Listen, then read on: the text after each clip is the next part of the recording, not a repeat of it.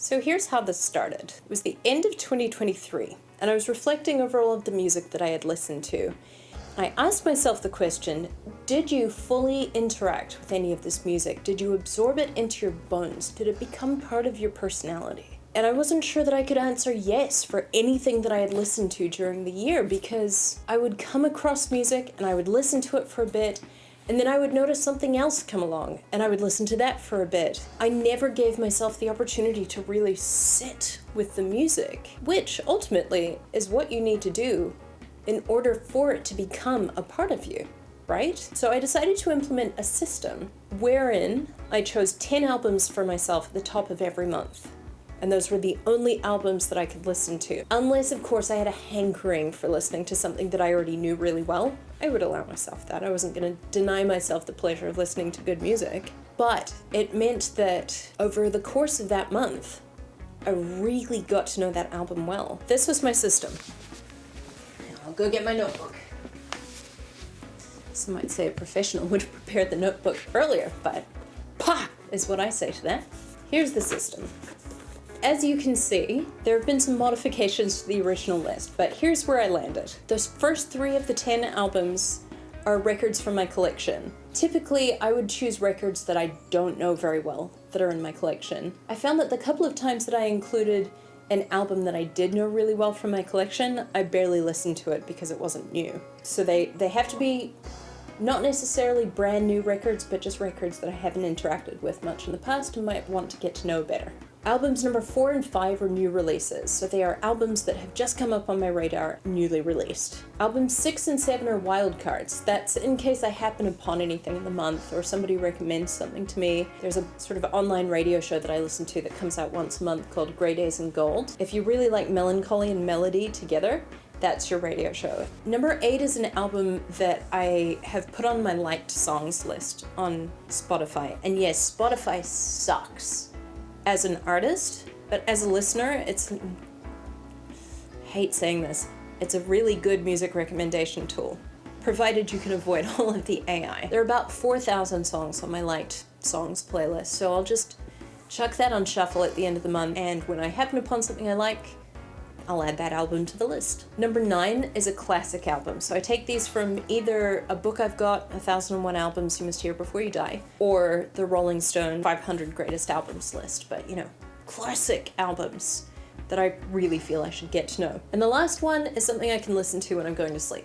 So that's the system. I listened to 120 albums last year, and I really got to know them well. So given that it is now the beginning of 2025, I figured I would do a roundup of everything that I listened to last year and share with you my findings. Here we go. In January, my favorite album was Heaven Tonight by Cheap Trick. This was one of the in the record collection but generally unfamiliar with albums. I found that it was in turns heavy and playful. It's good old-fashioned power pop. It's got strong melodies but also interesting songwriting and arrangement choices.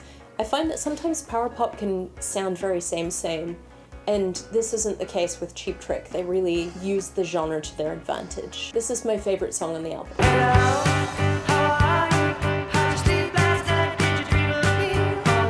I've included a runner-up album. My runner-up for January is This Is Why by Paramore. This is why I don't leave the house. I hadn't really ever listened to Paramore, so it was a pleasant surprise when I discovered that I actually really liked this album. It's jagged, angular, punchy, hard-edged, but it's still accessible. There are aspects of it that remind me of early XTC. It's got this sort of spunky, punky sound. That makes it sound a lot less cool than it is. The lead singer, Hayley Williams, has this incredibly agile voice and a stupid range. Moving on to February, my favorite album of the month was The Much Much How How and I by Cosmo Sheldrake. This was a weird one. This album is what I think Lewis Carroll or Maurice Sendak might sound like if it were translated into music.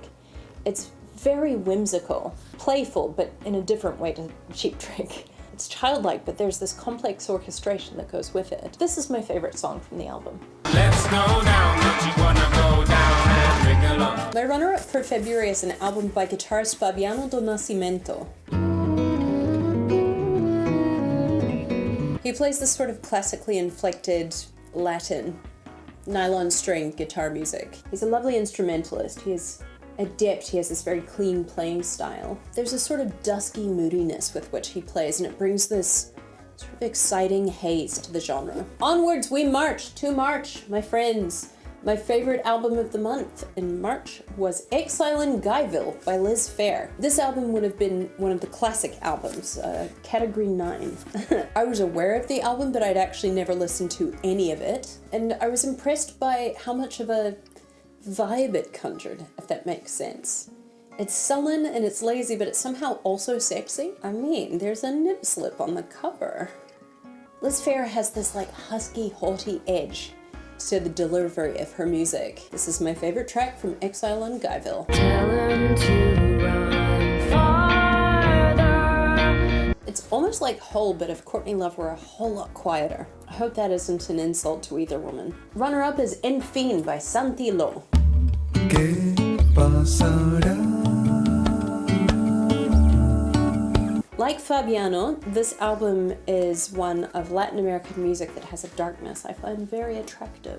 I recommend. April was an album of delights. My favorite album of the month was This Ain't the Way We Go Out by Lucy Rose. No, This Ain't the Way You Go Out, not we. Miss, I know these albums so well now.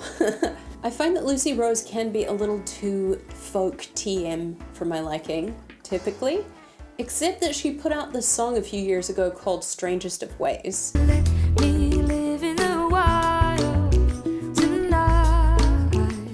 I love that song. Beautifully sung. Fantastic melody. This album is like a whole album of Strangest of Ways, but much harder edged and a little jazzier.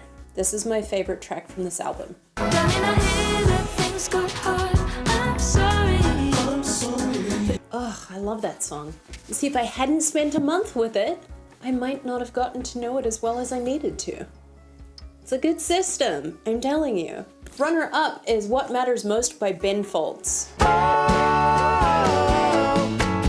Just when plans are made. It's nerdy, it's veers into naff at times, but it always manages to recover itself. You know, if you like Ben Folds, you'll like this album. May was another good month.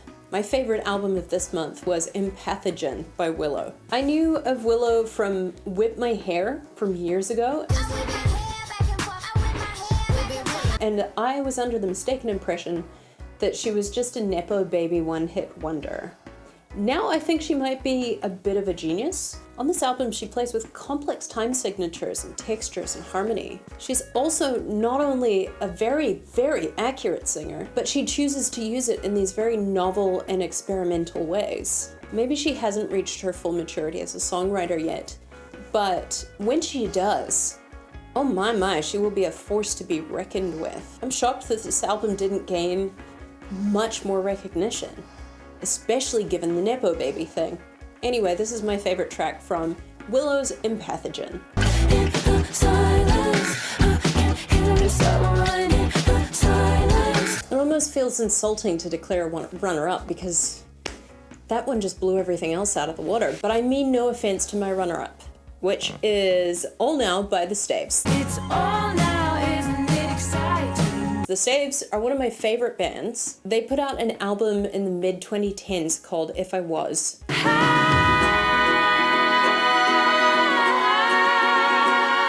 We're going to ignore their incorrect usage of the subjunctive tense because that album is one of my all-time favorites. I love that album dearly. And ever since they released it, I have been dying for them to release something of that same caliber. And what they have come up with is a series of albums that do have some very strong numbers on them, but I don't find it to be consistent enough for it to meet the standard of If I Was. This album is no exception. The gems are wonderful, and they're sort of scattered in amongst songs that are good. It feels sacrilegious to say that, because I really do love and respect the Staves. So if you're listening, Staves, keep up the good work. You're doing great. You have it in you. I believe in you. We're halfway through the year. My album of the month for June is Toto 4 by, predictably, Toto. This was an album that was in my collection, but I hadn't really listened to before. Loved it. Obviously, it's on the list. This is the album that has Rosanna and Africa on it, and while they are indubitably the best tracks on the album, the rest of them should not be slept on because all of the other tracks, and I mean all of them, have these infectious hooks and these very earwormy melodies. Really solid songwriting. And of course, very, very high standard of musicianship. This is the band with Jeff Porcaro on drums. This is Michael Jackson's backing band for Thriller, you know? It's Toto. This is my favorite song on the album that isn't Rosanna, because that's definitely the best song on the album.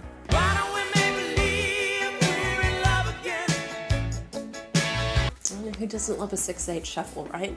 Runner-up is actually another Willow album. This is actually Willow's album from last year because did I mention that not only is she a great songwriter, she also has an enormous output. She's been putting out an album a year, basically since she was a small child. And each year it's like she's experimenting with a new genre, a new flavor of music. So last year's album, Coping Mechanism, was her rock album. And again, it was deserving of more attention than it got. Give it a listen. But listen to Empathogen first. In July, my album of the month was Hermit of Mink Hollow by Todd Rundgren. I'm a sucker for split chords.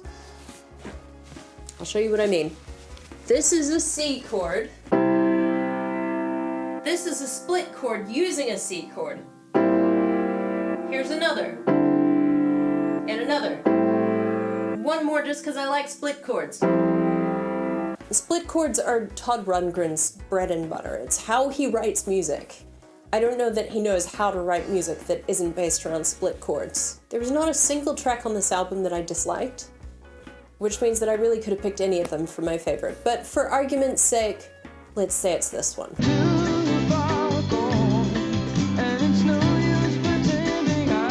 Great song, Todd. Runner-up for July is Unprecedented Shit by Ani DeFranco, although shit is spelled with an exclamation point, so maybe it's shit. I cracked myself up.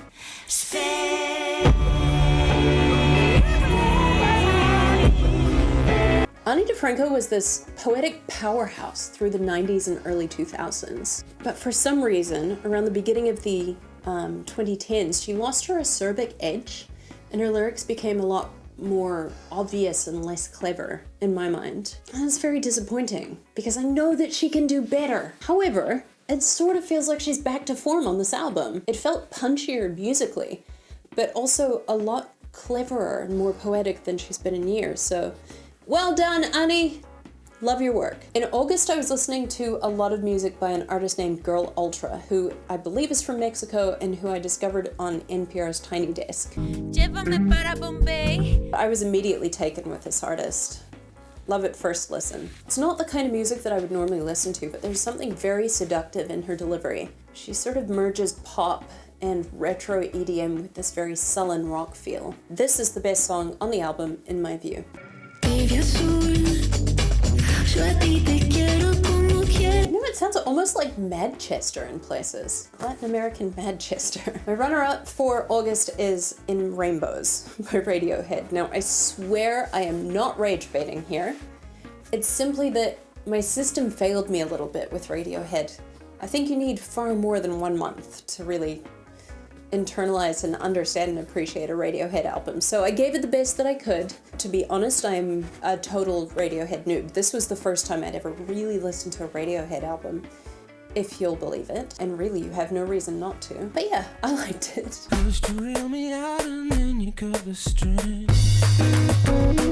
September was an interesting month because the albums that I chose to listen to were quite dense and requiring of a lot of attention. Some albums you can just put on in the background and appreciate the subtle mood shift that they provide, but others you really have to contemplate. The favorite album is Paint a Room by Chris Cohen. It's an album of very tidy art rock, or maybe sophistopop. It sounds erudite and musically clever without ever really tripping over into inaccessibility. A fun album for the brain. My favorite song is this one.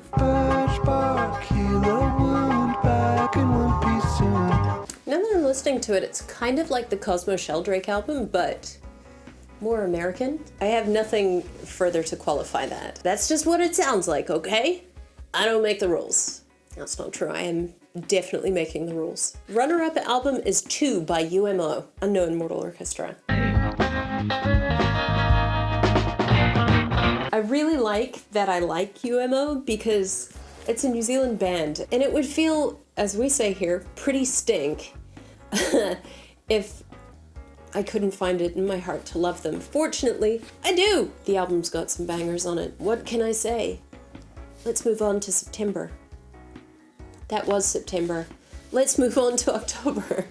Album of the month for October was called Year of the Newt by Bobbing, and it was the wildest, most feral thing that I listened to all year, I think. It has this fizzing energy to it. It's like the musical embodiment of Donny Thornbury. It's my favorite song of the album.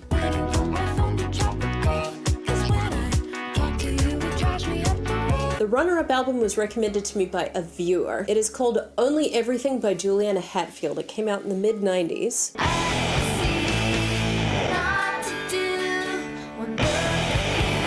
All of the songs are pretty strong, but the opening track was a sort of shining beacon, just guiding the way towards summer. When I listened to it, it felt like the winter was finally over. Roll the windows down, turn the volume up. We'll revisit this. November was a really good month. I feel like I got better at choosing my albums throughout the year, so I had a few duds in January. By the end of the year, there were basically no dud albums. Album of the month was Slump by Improvement Movement, which was a new release. I mentioned Grey Days in Gold, the online radio show before. The host Mark, hello Mark if you're watching, he recommended that I check out an artist named Clark Sound. This is his band. Everything that I didn't love about Clark's solo album was tempered by the introduction of these other band members. What an incredible album this was.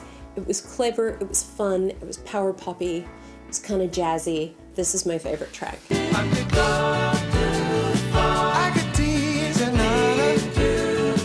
Ah, isn't that good? I love that. I hope you love that too. Improvement Movement, if you're listening, come to New Zealand, please, I beg of you. I have 2 runners up for this month. I couldn't choose one. The first one is Trail of Flowers by Sierra Farrell. Guys like you are a dime a dozen. I don't usually listen to a heap of country music, largely because contemporary country pop is deeply uninspiring to me. This album, by contrast, sort of harkens back to like Emmylou Harris. And as an added bonus, the artist, Sierra Farrell, spent the bulk of her 20s actually freight hopping. So, you know, she's walked the walk. The melodies are catchy, the lyrics are fun and charming. And speaking of charming, the other runner-up is Charm by Clairo. This album was recommended by Elliot Roberts, who has a fantastic YouTube channel on which he mostly talks about the Beatles. Unfortunately, because I now have a YouTube channel where I mostly talk about the Beatles, I haven't watched as many of his videos recently, but I can attest to their quality. Anyway, Clairo, the songs can sound kind of similar to each other, but that's not necessarily a bad thing. This is a very vibey album that holds up because Clairo is a master of melody.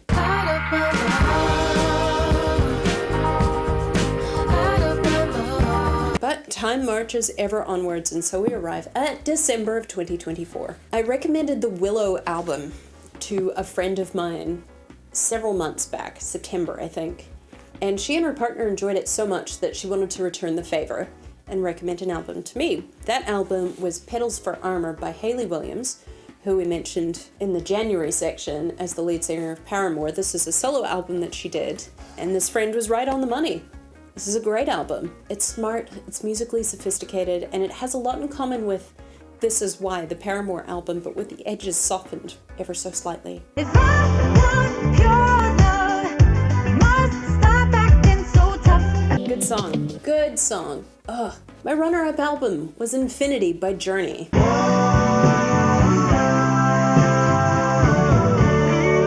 I did an episode of Final Friday on Journey for my sister's birthday, but I realized I didn't actually know very many of their earlier albums, so I asked my sister for a recommendation, and once again, recommendation on the money. So those are my top albums for every month, It's what I was listening to in 2024. And we've listened to 4 of my 5 favorite songs of the year, but one of them wasn't played, and it was the Juliana Hatfield one because it was a runner-up album. I'm gonna play a little of that, and then I'm just gonna have a little dance to myself. Okay? I hope you don't mind. Here we go.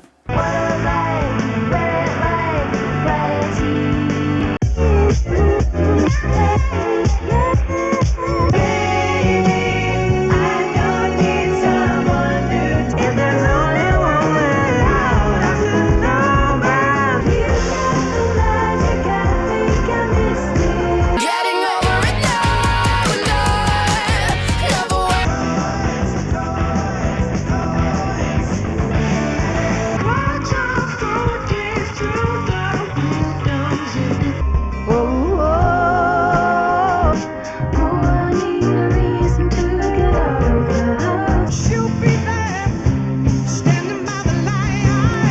In sum, I think that this system is an excellent way of discovering new music. Songs, albums need more than a single listen. Artists pour their souls into these pieces of work, and there is such an abundance of music out there being produced, being released, that it can be very difficult to decide what to listen to and how much of it, and fear of missing out is a real thing, but ultimately maybe it's better to just accept that you are gonna miss out. There are things that you're gonna miss out on, and you may as well increase the enjoyment you have of the things that you are listening to. So I highly recommend this system that I've put in place for anyone who might experience choice paralysis, or who might feel like they're never listening to any new music or falling back on the same old albums, because it does allow you to try new things, but not in a cursory or meaningless way. You know? I will definitely be carrying this practice forward into 2025. And yeah, let me know in the comments if this is something that you're gonna try yourself. And if you're not gonna try it, then let me know what you listened to in 2024 that you really enjoyed. Maybe something will make it onto my list for 2025. That's it for me. If you enjoyed this episode, or you would like to support any of the weird things I do, I'll leave a link in the description to my Buy Me a Coffee page, where you are most welcome to make a donation, but no pressure, friends. Thank you so very much to everybody who has signed up as a member or made a donation. You are directly sponsoring this episode, and you're helping things to chug along, so thank you very much. If you are curious about what any of my original music sounds like, I'll leave a link in the description to that as well. Otherwise, thanks for hanging out with me. I'll see you on Friday. And the way that her music comes across, and ooh, whoa. You can just about see the blood coming through my fingers. Creepy.